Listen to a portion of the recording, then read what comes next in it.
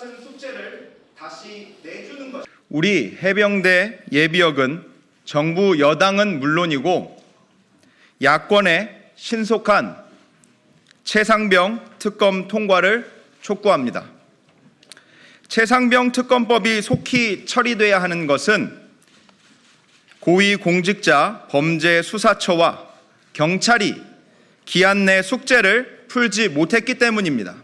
그런데도 국민의힘 일각에서 공수처와 경찰 수사를 지켜보고 특검을 검토하자는 궤변을 늘어놓고 있습니다.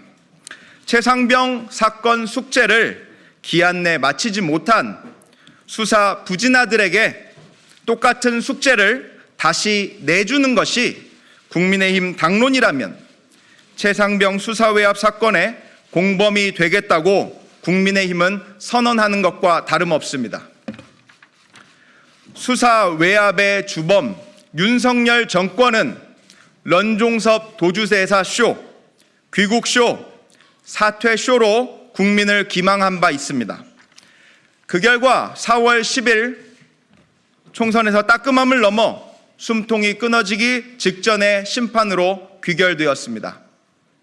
국민의힘은 국민의 준엄한 심판을 받았음에도 사리 분별을 못하고 수사외압의 통신기록 증거인멸에 동조하고 있습니다. 정부 여당은 이 일을 왜 이렇게 키우셨습니까? 호미로 막을 걸 이제는 가래로도 막지 못합니다. 지금 또 놓치면 이제는 한강 철교로도 막지 못합니다. 제1당 더불어민주당과 조국혁신당, 개혁신당, 녹색정의당, 진보당, 새로운 미래, 야6당에 촉구합니다. 이제 국민의힘은 통신기록 증거인멸을 위해 22대 국회로 넘기려는 시간 끌기 전략에 들어갔습니다.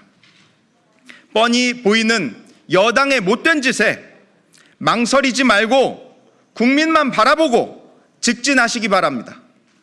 조국혁신당 대표 조국입니다. 최상병 특검법은 좌우의 문제도 아니고 진보 보수의 문제도 아닙니다. 최상병이 어떻게 죽었고 그에 대해서 진상규명을 해서 합당한 자에 대한 처벌을 하는 것이 진보 보수와 무슨 관계가 있습니까? 좌우와 무슨 관계가 있습니까? 이 점을 분명히 말씀드리고 싶습니다. 이 과정에서 개정군용법의 취지에 따라 수사 후에 수사기록 자체를 전적으로 바로 넘겼던 박정훈 대령의 조치가 무슨 불법이 있습니까? 박정훈 대령에 대한 기소는 전형적인 공소권 남용이라고 생각하고 있고 이 박정훈 대령의 수사를 방해한 자들은 모두 직권 남용으로 처벌돼야 될 사람들입니다. 이 과정에서 특검법이 발의되었고 이제 상임위까지 다 통과가 되었고 남은 것은 본회의 통과밖에 없습니다. 조국혁신당은 22대 이전에는 21대의 경우에 있어서는 한 석밖에 없지만 그 한 표를 행사할 것입니다. 만약에 윤석열 대통령이 진보 보수의 문제도 아니고 좌우의 문제도 아니고 대통령실 관계자, 즉 본인을 포함한 대통령실 관계자의 관련이 매우 의심된 이 사건에 대해서 이 법안에 대해서 거부를 한다면 국민들은 바로 그러한 대통령을 거부할 것입니다. 오늘 이 자리에 서서 윤석열 대통령께서 혹시 들으신다면 이 질문을 드리고 싶습니다. 만약에 대통령 윤석열이 아니라 검사 윤석열이라면은 이 사건을 어떻게 바라보시겠습니까?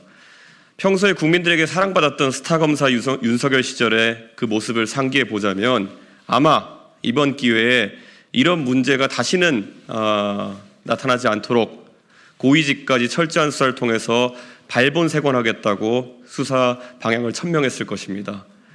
그런데 어느덧 국민들의 사랑을 받아서 대통령이 되어버린 스타검사 윤석열은 완전히 다른 판단을 하고 있습니다. 저는 이 우스꽝스러운 상황이 계속 지속되지 않기 위해서 대통령의 결단을 요구합니다. 공소 취소를 결정해 주십시오. 그리고 국민의힘에 계신 의원님들께 간곡히 당부드립니다. 국민의힘이 이번 선거에 심판받은 것은 이런 부당한 상황 속에서 목소리를 낼 사람들이 부족했기 때문입니다. 이제 21대 국회 막바지에 서서 한 번만 옳은 판단을 해 주십시오. 21대 국회에서 여러분이 심판받았던 이유, 어쩌면 이런 사안에 있어가지고 용기 있게 목소리 내지 못한 이유겠지만은 지금까지 윤석열 대통령이 행한 과오들에 대해 가지고 이제는 누군가 지적해야 할 때입니다. 여러분께서 21대 국회 마지막에 그래도 국민의힘이라는 당이 공당으로서의 역할을 할 수 있다는 것을 증명해 주십시오. 만약에 이 문제를 22대 국회로 떠넘기는 그런 선택을 하신다면은 21대 국회는, 그리고 그 21대 국회 내에서의 국민의힘은 마지막까지도 용기 없는 모습으로 국민들에게 기억될 것입니다.